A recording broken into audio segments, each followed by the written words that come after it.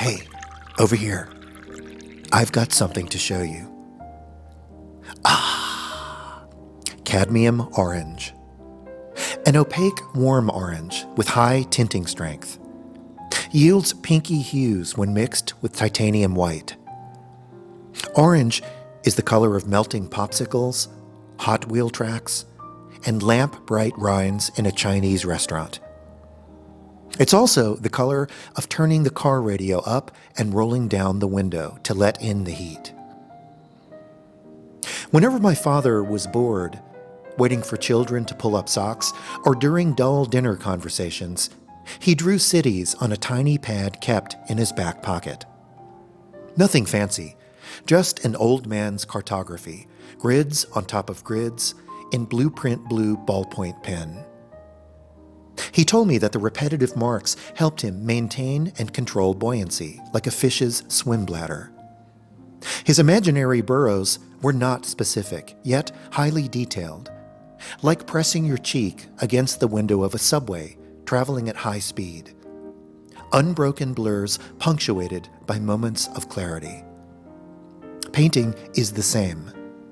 A painting should never reveal itself all at once, but in flecks of partial recognition.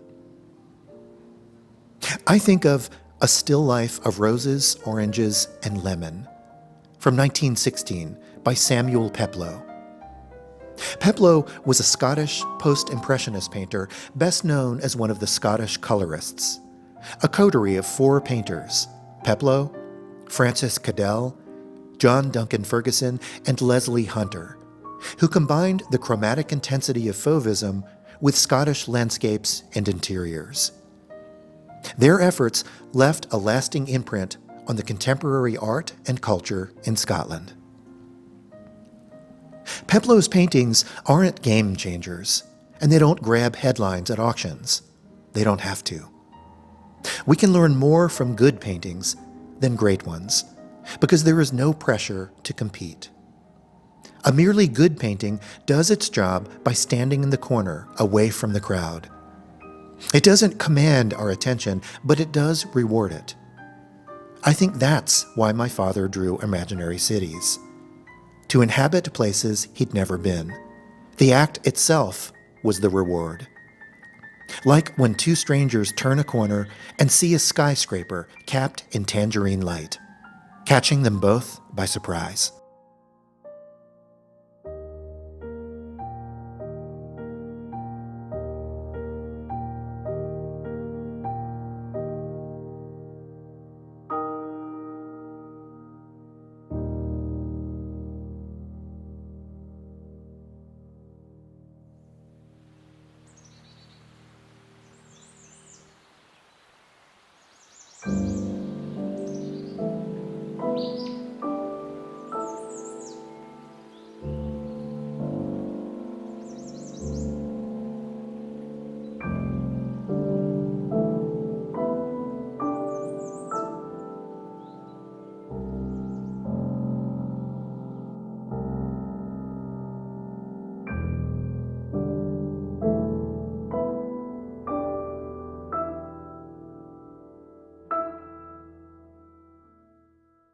Novelist Gertrude Stein wrote, "I write for myself and strangers." The same is true for us. We paint for ourselves and for strangers. Imagine any landscape painting, and you'll imagine a fixed view of a place, one static vantage point looking out at a landscape. So there's automatically a reference to someone standing there gazing at that location. That someone is both the artist and the viewer. 2 people share one consciousness, and together they manufacture a third thing. And that's what I'm after, that elusive, slippery third thing. There is no room for the landscape in a landscape painting. It must be violently ripped out to make room for the third thing. Only the viewer gets to turn it back into nature.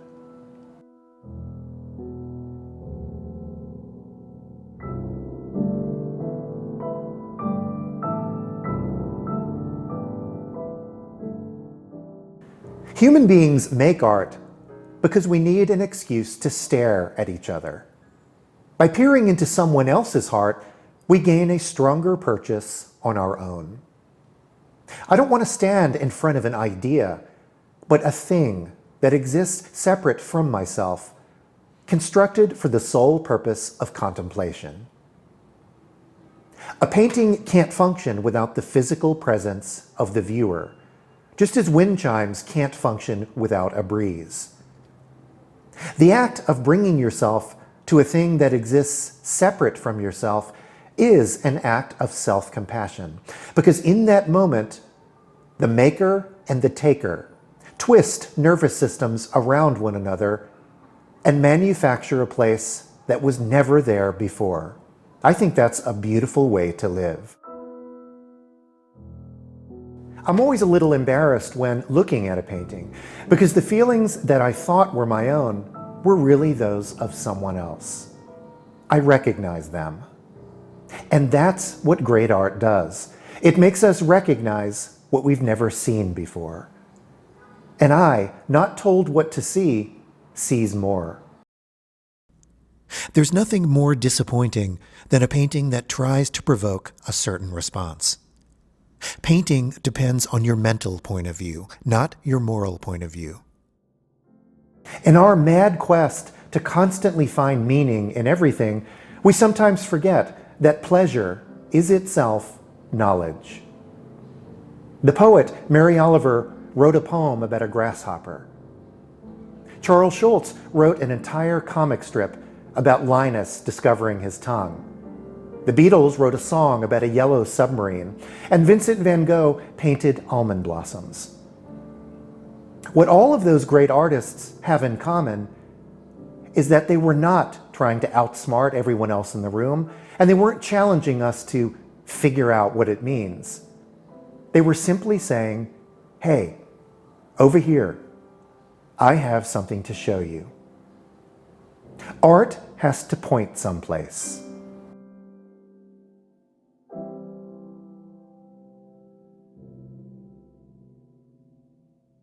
People often ask me if there's a trick to getting paint out of a stubborn, empty paint tube. Here's what I do.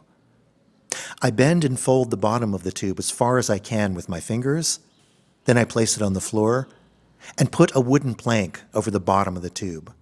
Then I just stand on it, applying all of my weight. You'll get every last drop. And with the money you save, take a pal out for a beer.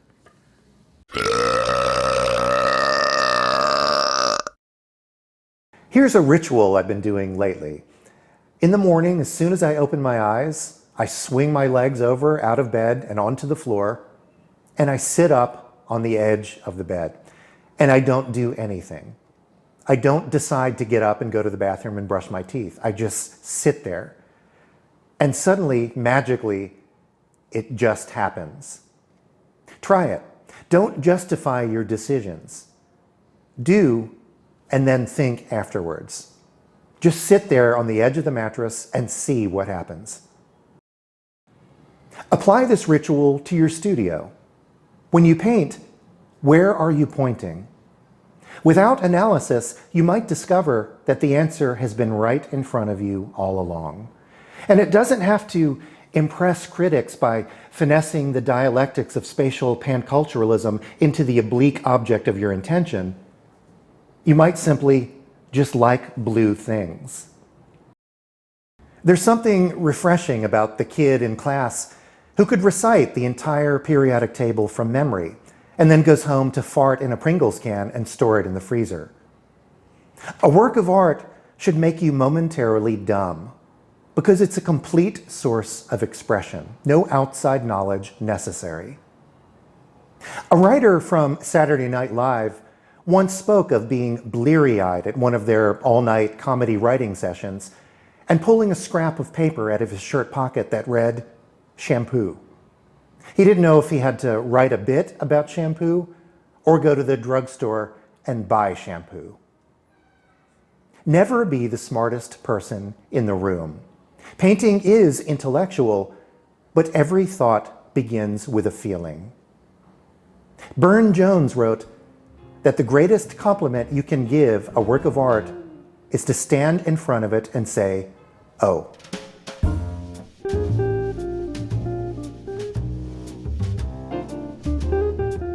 Let's talk about sports. I love to watch basketball. And as you might guess, I'm a New York Knicks fan. I'm also a College of Charleston Cougars fan. What I love about basketball and all sports is that it is a meritocracy. Unless you're really good, you're going to sit on the bench. Art is not a meritocracy. I used to think that just because an artist had work in a gallery or museum, they must be good. It ain't true. They're lucky. If that artist still has work in a gallery or museum in 25 years, then they're good. Time, not the market, determines quality. I played varsity basketball in high school in Myrtle Beach, and my ass still has splinters from the bench. I was horrible. My dad would sit in the stands with the other dads and proudly say, "See that skinny kid screaming and running away from the ball in the wrong direction? That's my boy." He was proud because he was also terrible at sports. My high school basketball team was coached by one of the best in the business. His name is Alan LaForce, and you can Google him. In my senior year, we won the state championship. It seems apropos that my eyes were closed in this newspaper article. Nevertheless, what made an impression on me was Coach LaForce's character. He treated me like a starter, even though I was third string. He asked my opinion on plays, kept me in the middle of the huddle, and always put me first on the sidelines, right next to him. I was the classic underdog. I wish I still had that athletic body, though.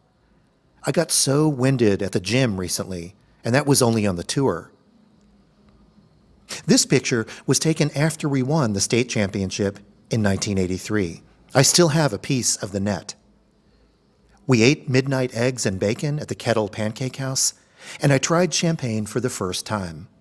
I vomited on my shoes in the middle of the restaurant and didn't have another sip until my 30th birthday at an Indian restaurant in the East Village.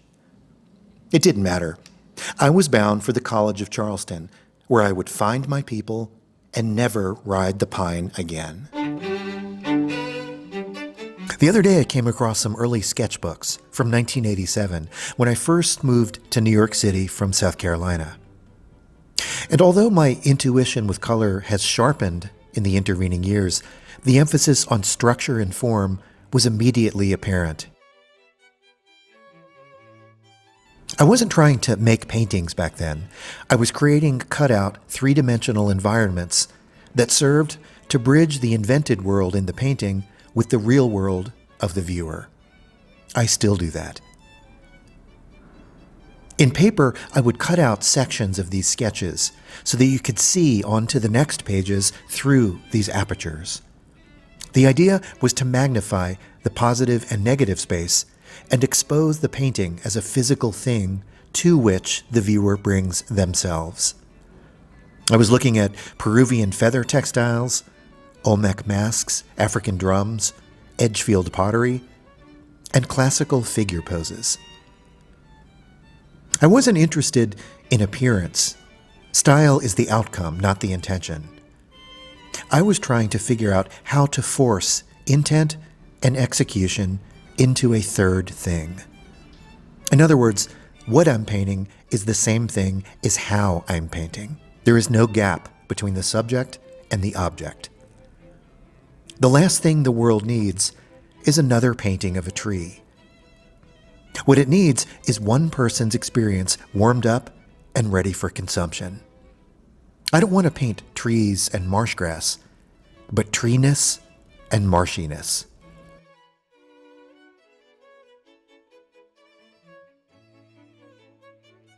The painter Charles Hawthorne wrote that painting is like making an after-dinner speech. If you want to be remembered, say one thing and sit down. I do one thing. Every painting I make begins and ends with the same image, a tree trunk and its shadow, that immovable marking of location. A tree and its shadow say, "This is here." I paint so that I can respond, "I am here." As I walk around the tree, that which was hidden gradually reveals itself. Like any journey, as soon as you take your first step, you've abandoned your starting point. Travel eliminates its origins. As Gertrude Stein wrote, "Whenever you get there, there is no there." The Carolina coast taught me how to break down the landscape into composite parts and relate those parts to the solitary human figure. For instance, the foreground is visceral and immediate. My sneakers on the wet mud. Middle ground is farther away. I could easily walk there, but first must visualize myself there in my imagination. Background is farthest away, so I can only project myself there in my mind. 3 layers of spatial information are compressed into a single view. The greater the distance, the more it's internalized, because I have to imagine being there while standing here. Content in my work is a function of how near or far away something appears from your face. This is why I emphasize the texture of paint. As Bob Dylan wrote, "To live outside the law, you must be honest." When I fling paint at the canvas, it splats. If I add thinner, it runs. If one color appears to pass over another, it's because it actually does. There are no tricks. What you see is what matters.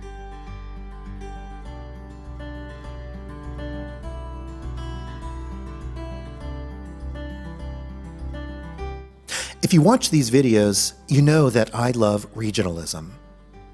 Anthropologist Clifford Geertz wrote, "To know a city is to know its streets." I like art that points someplace. Julian Onderdonk, 1882 to 1922, was an American Impressionist painter and is called the father of Texas painting.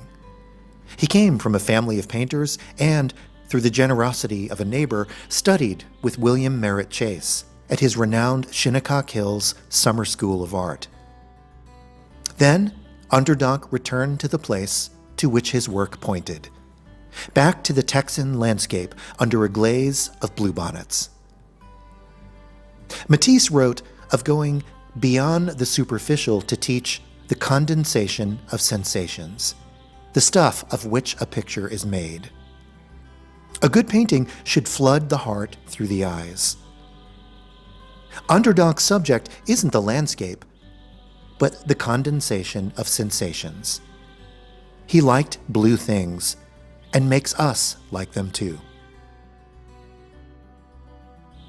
This is Hattie Saucy, 1890 to 1978, and I wish I could have her name. Saucy was a Savannah artist who also spent time in New York City studying with Frank Dumond before returning to her hometown of Savannah, where she made lasting contributions to the local cultural scene and helped found the Association of Georgia Artists. She, too, applies Matisse's condensation of sensations in her lush southern landscapes. These paintings are a good opportunity to differentiate between descriptions and impressions. A description turns empirical observation into knowledge. Knowledge can be recorded and revisited. An impression is a sensation that has already passed, leaving behind only the vibration of its absence. This vibration creates a transfer of energy between the artist and the viewer, because the painting begins in the artist's mind and finishes in the viewer's. Art schools do an immense disservice to students by making them pick a team. Are you a matcher or a maker? Are you painting the light or the thing being lit? Is your work about seeing or the thing being seen? The answer is both. A painting should be fully exposed, like a carousel seen from above, a self-contained miniature cosmos going around and around. Once again, I refer to Dutch 17th century painting. This is a painting by Willem Kalf, He sticks to the observable world, things that we all have in the kitchen and can relate to. But this is less about appearance than presence, because of the way he paints. In creamy flecks of pigment, jeweled colors, and warm glazes. He didn't paint a lemon ready to be eaten or about to rot, but immersed us in a rich array of textural simulations. Bitter rind, peel, swollen pulp. He didn't paint a lemon, but lemonness. He's asking us to trust our sensitivity. This is Minnie Evans, whom you've heard me talk about before. She lived from 1892 to 1987, the year I went to the College of Charleston. I mention that because she had a profound impact on my early exposure to drawing. On April 19, 1935, Evans had an epiphany in which a voice from above told her to draw or die. In this case, Minnie didn't point somewhere. A divine voice did it for her. The small city of Wilmington, North Carolina, is only an hour's drive north of Myrtle Beach, and I remember my parents taking me to Airlie Gardens, where Minnie Evans was a gatekeeper. I remember seeing a sweet-looking, white-haired old woman sitting on a chair with a drawing pad on her lap. Minnie Evans used mixed media, oil and pencil, and wax crayon to create ornate, symmetrical scenes from the Bible, or the lush gardens around her. Flatness in her work represented a realm of spiritual awareness in which figure and ground were compressed into patterns that were interchangeable. She wasn't trying to depict reality, but remind her viewer of the thing being depicted. Big difference. Minnie Evans hung her works along the fence to sell and even gave them away to visitors. 30 years ago, way back when Pluto was still a planet and HBO was just home box office, I was in graduate school at the School of Visual Arts here in New York. I couldn't afford canvas, so I painted on cardboard because there were bundles of it on every street corner waiting for garbage pickup in the pre-dawn darkness. My studio brimmed with so many cardboard pieces that I would leave them on the steps of random brownstones in Chelsea on my walk back to the dorm late each night. The following morning, I'd spot them on the curb with the morning trash. However, more than once, I saw them through the window hanging on a wall. Either way, it didn't matter, because my goal was to make something from the street and return it there. There is no upside to being precious. I learned that from Minnie Evans. The Greek poet Sappho allegedly wrote, "What cannot be said will be wept." That's what I think about when I think of Minnie Evans. If you'd like to learn more about the Southern painters that I talk about from time to time, check out the Johnson Collection in Spartanburg, South Carolina, the Morris Museum of Art in Augusta, Georgia, the Cameron Art Museum in Wilmington, North Carolina, and the Gibbs Museum of Art in Charleston. All of them have informative websites, and all of them have yours truly in the permanent collection.